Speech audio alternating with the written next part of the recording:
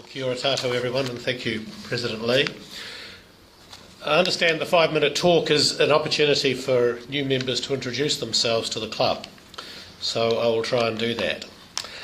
I've recently retired from Victoria University, where I spent 33 challenging and enjoyable years, and I acknowledge my Victoria colleagues who are here today, including John Prebble, who I think has been there for rather longer than 33 years, and Tricia Woolbridge, with whom I had many adventures, Wayne Morgan, with whom I had different kinds of adventures.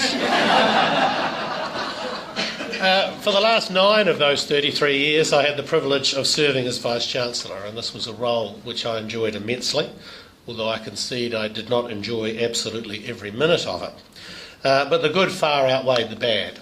The best thing about being a Vice-Chancellor is that you witness and celebrate the remarkable achievements of staff and students. And in my 9 years, these were numerous.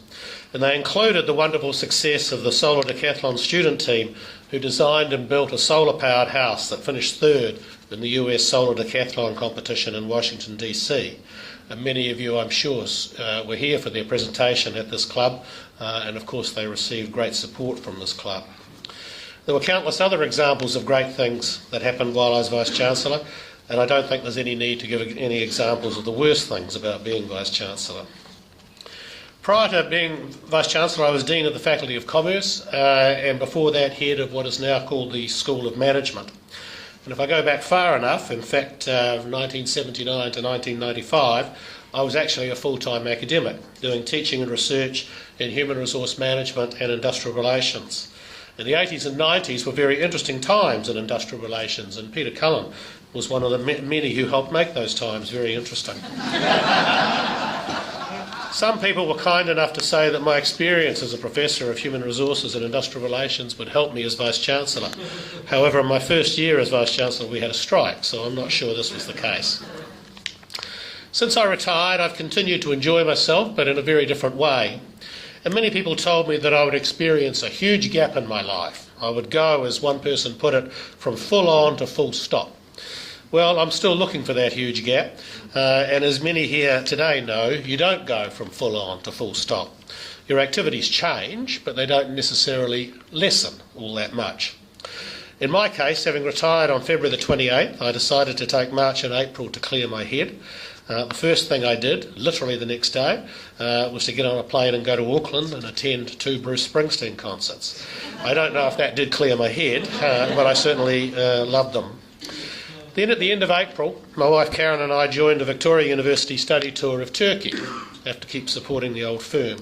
We were in Turkey for 3 to 4 weeks, and we loved it. Just out of interest, how many people here have been to Turkey? Just got back. Quite a large number. I'm sure you would all agree. It's a wonderful country, friendly people, amazing sights in every sense of both senses of the term, and delicious food and wine. The political situation in Turkey is very interesting and a little worrying at the moment. I won't dwell on this now except to say that the liberal Islamic democracy founded by Ataturk is coming under some pressure. And of course we went to Gallipoli, and as we stood on the beach at Anzac Cove and gazed up at Chunuk Bair, we wondered, as I'm sure everyone does, how anyone could have ever thought this made any military sense at all.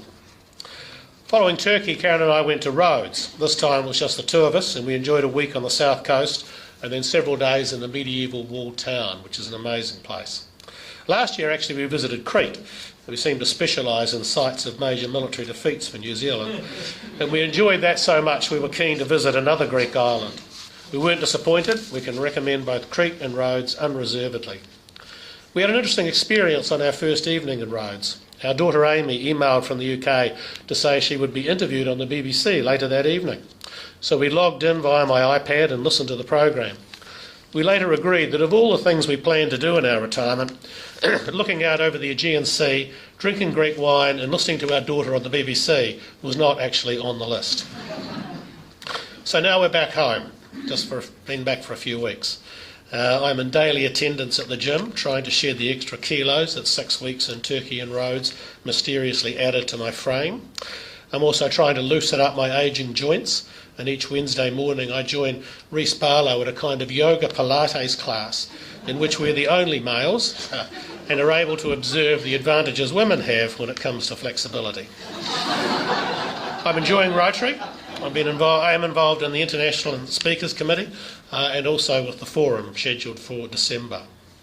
On the professional front, I have a few roles in place, one of which came about through a complete misunderstanding where I thought I'd said maybe and they were certain I'd said yes, and I have a few more I'm exploring. I want to be busy and active, but I only want to do things that excite me and where I think I can add value. I want to be sure to leave some time to get out on the golf course and introduce some much needed respectability to my game, and of course to plan the next big trip, which I think will be Tuscany next year. Well, that's at least 5 minutes. Thank you.